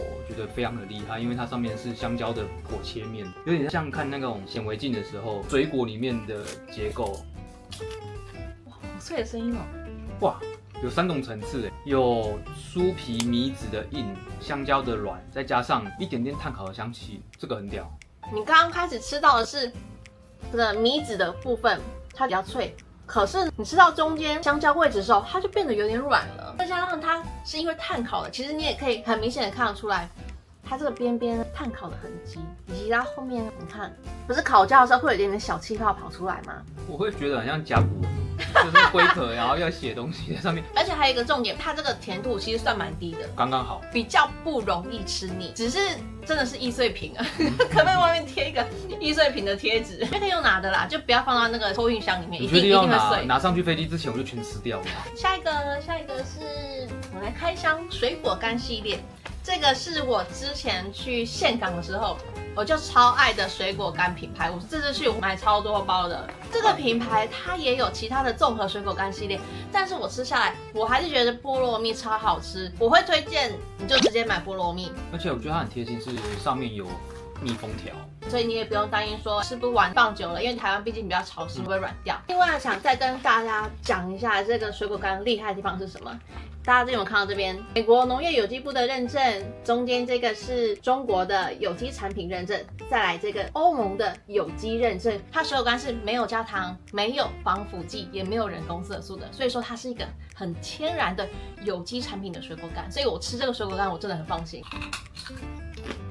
这个一定会被人家打，因为那个太脆了，再加上因为它是低温烘焙的，所以它的香气是有保留住。通常这水果干过没多久就会被我一个人整包嗑掉。另外，云流它有发现另外一款水果干，价格非常的平价，又很大包。好，那我们就买来试试看，看看会发现另外一个新天地。因为我想要找那种小狗短袜，又可以分给家人或是分给亲朋好友，重量比刚才的水果干重2倍。这个是210克，这是500克，这包是84000，这包是57000越南盾，看又大包，价格又便宜。事不宜迟来开箱，如果真的不好吃，大家就最怕略过好了。但是因为我觉得这种人真的很有面子，你自己看，已经等于比我的头还要大了。好啦，这是我们把水果干倒出来的样子。第一，颜色非常的鲜艳，所以今天是过年过节或者是送亲朋好友的时候，他还吃东西好多，我们看起来很澎湃。大家你看哦，里面有菠萝蜜，有香蕉干，还有秋葵，还有番薯、地瓜、芋头，超多东西的。你觉得它的菠萝蜜如何？我觉得它菠萝蜜，老实说，认真说，结构上好像比较松散一点。可能这2天它的烘焙技术是不太一样的，还是有一点点的落差。但是其实如果说你不 care 口感的，菠萝蜜的味道其实是一样的。但我觉得这包其实也很不错。补充一下，它这个综合水果干它也是没有另外加糖的，所以不会有其他添加物的味道，保留天然水果的香味。好，那下一个是越南腰果。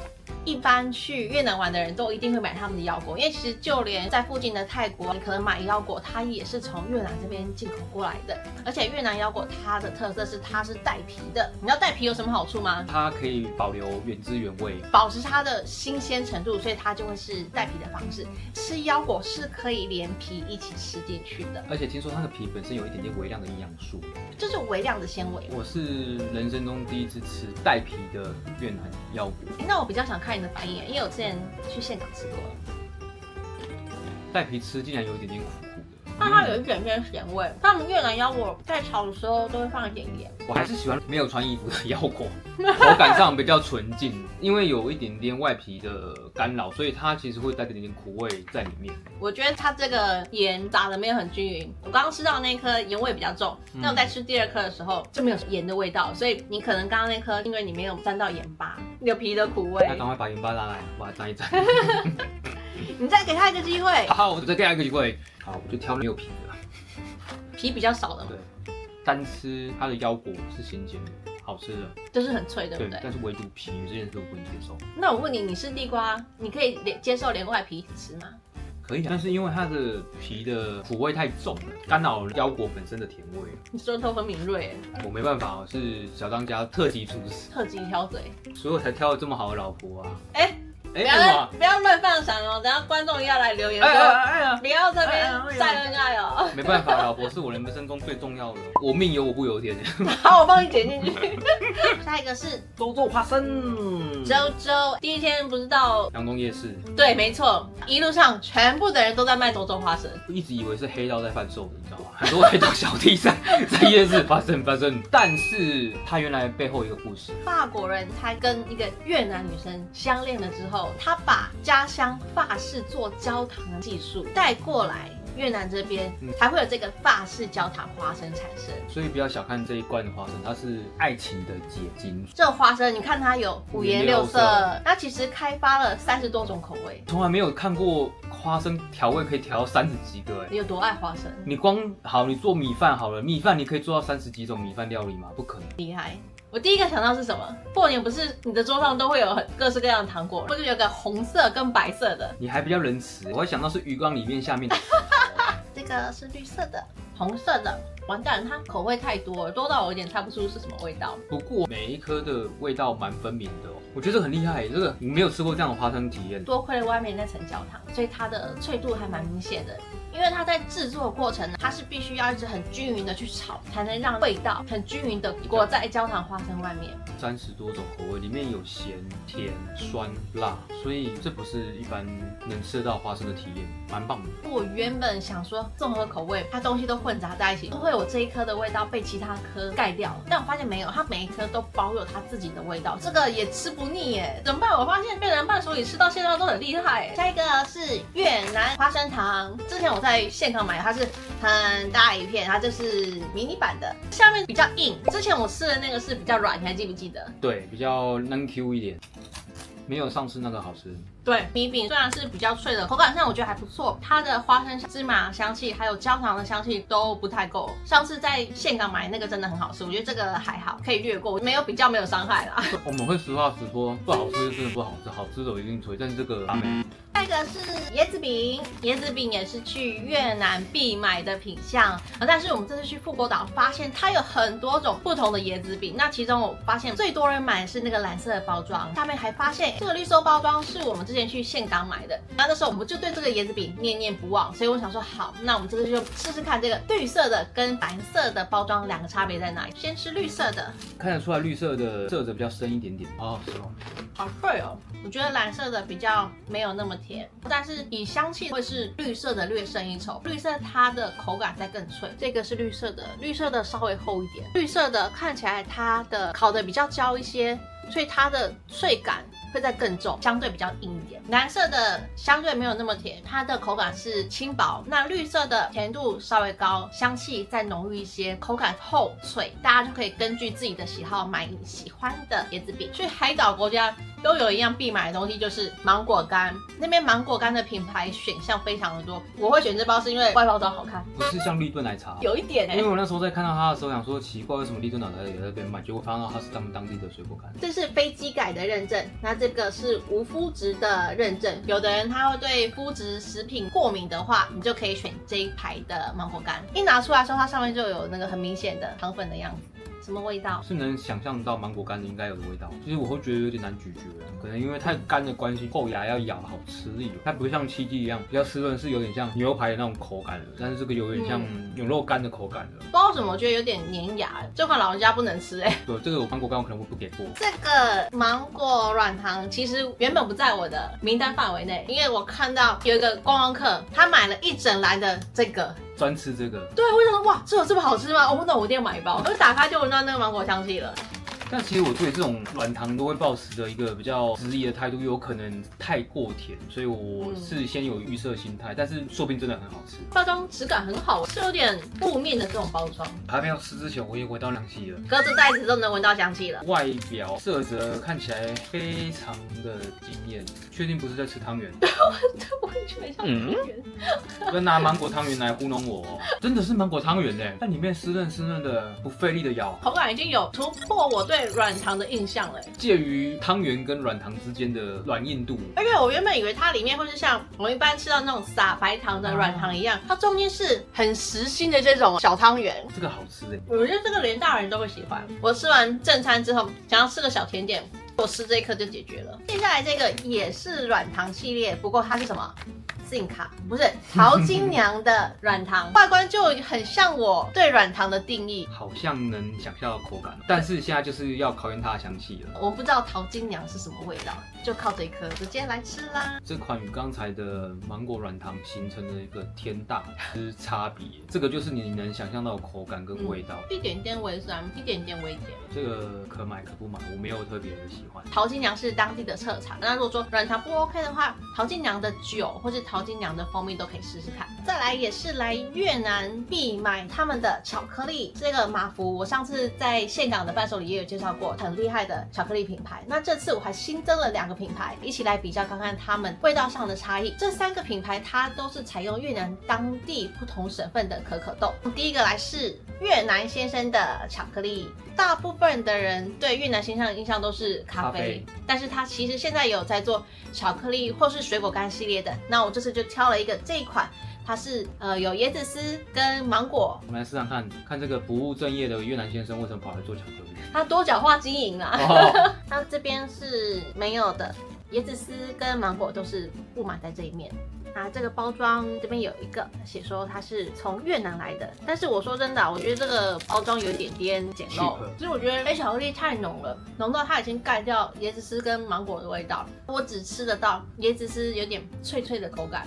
就是它纤维的口感嘛，但黑巧克力真的蛮浓的，椰子丝或者上面的芒果干已经不知道死去哪里了。黑巧克力它融化之后，芒果跟椰子丝才出现，它的椰子丝跟芒果刚好还在我的牙缝里面，味道没有那么鲜明，但是黑巧克力真的好吃。那我们接下来再来比这个马福巧克力。它是2018年国际巧克力大赛的铜牌哦，是有获奖的。觉得它的包装比刚刚越南先生好看，因为它有金宝，然后还有像一个信封贴的，这边贴在这边，看起来高级感。因为我们买的是小的啦，但其实也有大的礼盒的，所以送人就可以选那种大的礼盒，每个口味都有的那种礼盒。进入冥想状态。可是我进入巧克力的世界悠悠，我认真说，信用卡直接掏出来，直接给他买一大条回家，真的这个太好吃了。越南先生的黑巧克力，它的味道是我在市面上可以吃得到的味道，但是马福巧克力，它的味道是我吃过这么多巧克力，没有一个味道像它一样的。然后它的味道是真的很有层次，所以我们这次要买另外一个跟它匹敌。你确定不是当祭品哦？马福已经是这个神王等级了哦。听说这个巧克力品牌也很厉害，所以我已经很期待，你试试看。你不能有既定印象，你要给其他巧克力一些机会。因为我觉得每个巧克力应该都有它厉害独特之处。像它这个包装其实跟跟马福蛮像的哎。但是我认真讲，这个金也太土金了。这个金，你不要以为我不懂色的感觉，这个金像阿嬷金哦，黄金的金，好不好？我喜欢那种亮一点、有点质感的金，你不要去学人家。而且它有一个，但是贴纸比较小张，这个贴纸好没有感觉哦。好，我们拭目以待啦。好，再让我时间冥想一下。皱眉头。它是咖啡味的巧克力，咖啡味蛮明显的。它的层次风味好像没有这么多元，口感我觉得没有像马福这么的滑顺，它比较粗犷一点，不是说不好吃，是比较有嚼劲一点点的巧克力。这个牌子它的巧克力它比较厚，这个是马福的厚度，这个是巧克力的厚度，那明显有差。我觉得厚薄度也是一个非常关键的选择。你会觉得它咀嚼起来有点费，原因是因为它没有办法那么快融化掉，因为它做的比较厚。马福它的薄度是做的刚刚好，它就会在你口中化开了，你不需要去额外的咀嚼。我私心认为这个味道比较粗犷，咖啡口味我就直接给你味道很浓郁的咖啡巧克力。它另外有出他们当地的味道，有机的椰子花蜜。注意哦，不是椰子口味，是椰子的花蜜。椰子的花长在哪里？长在椰子里面吗？在树上啦。所以是长在树上的花所产出来的花蜜。它就像这个图片，就是椰子花长这个样子。来试试看椰子花蜜是什么味道？就有点酸酸的，是那个味道吗？我们两个突然间沉默，一时之间也不知道怎么去形容这个。它有点带一点酸酸，可是好像又没有突出的香气。可是我觉得这个酸应该是本身巧克力的调性吧，跟椰子花蜜有关吗？我一直有觉得好像有牛奶巧克力的感觉，是不是海市蜃楼啊？好，我们这款不予置评。再来是我们的压轴，因为那时候我们在买的时候发现，马福巧克力什么时候出芒果干了？期待哦！而且这款其实它单价比较高，这盒是黑巧克力芒果干100公克，18.5万越南盾，这盒要台币243，哇，蛮贵的哦。但我还蛮期待马福巧克力的芒果干是什么味道。而且它的外包装做的比较有点像是回收的材质，旁边还有烫金，做的还蛮不错的。哦，惊讶了，搞得好像烟盒哦。可以说，真的是真的很像烟盒哎。马福巧克力包装还是真的蛮厉害的，他把巧克力做的有点精品化了，而且我就喜欢它 M 字单纯的 logo 就好，不要搞那么多。像苹果一样，就越简单越极简，包装就越好看。壳子我可以自己留下来收藏，搞得我都舍不得吃了。里面这是 Pocky 吗？这不是手机，我投入了。好高刚的包装，我在怀疑我是买到日本伴手礼才会这么高刚。其实它做很贴心的，你看到它可以这样拉出来。哇，不是让你自己一个一根手伸进去拉，它是做了一个纸，那你可以直接把这个芒果干跟巧克力一起拉出来。它是有裁切过后的芒果干，就变成直条的，不是像一般芒果干没有裁切，是原本椭圆形大片。我觉得这样子比较好入口。而且形状跟外表如果比较一致，口感上也会比较一致的。它这款巧克力是65%的马夫巧克力，再配天然的水果干，如何搭吗？我好奇。搭，光它的芒果干就已经很好吃了。我发现它的芒果干是偏酸的耶，然后有一点点嚼劲，因为偏酸的关系，所以它可以用巧克力的甜去盖掉你会觉得太酸的味道。它把两个比较极端的味道碰在一起，一个像盾，一个像毛，合在一起的味道，你光咬下去那一口，你会知道那个强大。很不错哎，我觉得马福每次都没有让我们失望。下一个是越南米饼，这2包马铃薯起司口味跟海苔口味，它是韩国的品牌，在越南生根，非常受当地欢迎的一款零食，采用100%日本米去做成的米饼，所以我还蛮期待它的品质。我还没吃之前会觉得是不是像汪汪仙贝？看起来就很像汪汪仙贝。好，我先开，它是这种小包装的。海苔口味的，虽然说是可以想象的味道，可是更好吃哎！认真讲，它的米可能用的比较好，所以吃到尾劲会有一点点米的甜味。这款我觉得可能还比台湾的汪汪仙贝再优雅一点，再柔和一点点。我觉得吃起来很有口感，海苔的香味我很喜欢。这个不会太甜或太咸，跟台湾的米饼吃起来还是不太一样。这款还蛮推的，这好吃哎！那我们再来吃马铃薯起司口味，我猜这个马铃薯起司应该是味道会再更浓郁一些。你看它上面有满满的酱料，然后好香哦，气死人最爱的。这款很厉害耶。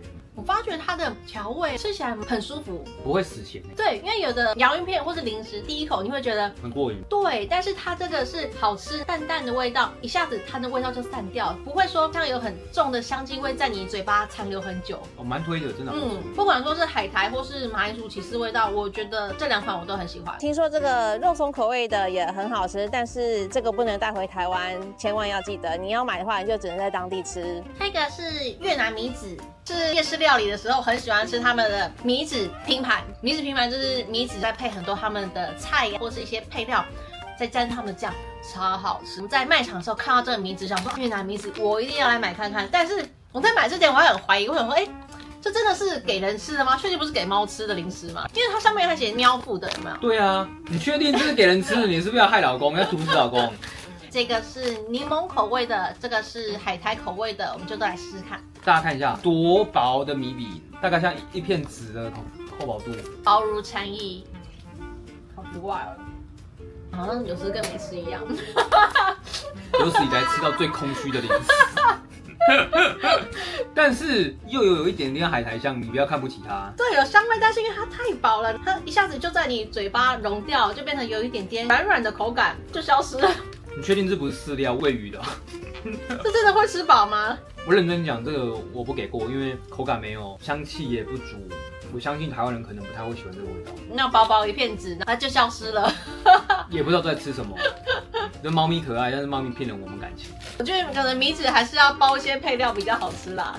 要不然你自己在料理的时候，你自己去包你在家里想吃的东西。但如果是这样的话，我觉得它的米纸要再做大片一点。我觉得这真的是解馋用的，但是重点是又很空虚啊。这放到水里一下就融化了吧？最后我们的压轴就是水果之王榴莲，因为我怕我们等一下打开之后，这边整个都是榴莲味，怕整个邻居都上来砍我们的。这跟前面那个菠萝蜜是同家品牌的榴莲干，所以就相信它，我们就来试试看榴莲干。哦，它可能怕味道太重，里面还有一层包装，它是这样分2袋，有没有奇妙？你这样包装我更害怕，你不包我还没有什么感觉，你这样一包我就觉得是什么有化学毒物，是不是？那为什么是长方形的？这很像花生糖的形状，如你所愿，开小小的洞，来吸一口气，一点点还好，还好蛮香的，不会到很浓郁的那个味道。哦，好香哦！哇！一口我就醒来了，简单的一口，但不可思议。外表闻的可能没那么浓，一咬下去，榴莲星球整个爆炸爆发。我现在嘴巴都是榴莲味，好浓，但是浓到很好吃。认真讲，喜欢榴莲的这款不能错过，好好吃哦。浓郁的榴莲香味。我小瞧它的这个是榴莲小宇宙。彼此讲一个最推荐的，但是我们要先排除天王级马福。对，你要排除你最爱的马福，以及我要排除我最喜欢的菠萝蜜水果干。除此之外，哪一个是你觉得必买的？我可能会选第一个香蕉煎饼，主要是因为我这个人比较 old school 一点，这种 local 比较粗犷的外包装，好像是从在地的越南摊贩某一个阿嬷买过来的饼，但是除了外包装很朴素之外，我觉得它的口感让我比较惊讶，竟然有一点点焦炭味，再加上它有3种层次，我觉得它的价钱非常的便宜。我全部东西吃下，有些可能外包装弄得很漂亮、很精致，但是我偏偏喜欢这种不要过多外包装，但是东西真的是真材实料。你可以看得出来，它香蕉煎饼旁边是烤得焦焦的，而且酥软适中。在我心目中，味道可能没有像榴莲味那么夸张，或者像芒果味这么酸，它很适合送给所有的人。我相信每个人都会喜欢这个伴手礼，这是我个人感官。我觉得那款香蕉米纸非常的古早味，你摆脱掉很漂亮的衣裳，返璞归真。因为你刚刚讲，我就好像有那个画面，想象那个阿嬷啊，在切香蕉啊，放在米纸上面，然后拿去晒太阳，在那边烤啊，很辛苦，烤了之后还送到你手上。我反而比较喜欢这种感觉，比较接地气，看得出来是别于一些伴手礼有的感觉。我会想选择那个韩国品牌米饼，因为其实我每次在挑伴手礼的时候，我会很注重耐吃度。那个米饼，因为它很耐吃，不管大人小孩都会喜欢越南米饼。然后以上推荐给大家精品级马福巧克力、菠萝蜜水果干、阿嬷古早味的香蕉米纸以及越南米饼，这几个是我们很推荐的，那大家参考看看咯。如果喜欢这系列的伴手礼开箱的话，记得按赞、留言、订阅，让我们知道说你喜欢这系列的东西。以后去各个国家都会尽量开箱当地的伴手礼给大家看。那我们下次见喽，拜拜。喜欢这支影片就按下订阅，开启小铃铛，然后分享给你的朋友。我们是创世小夫妻，下集见。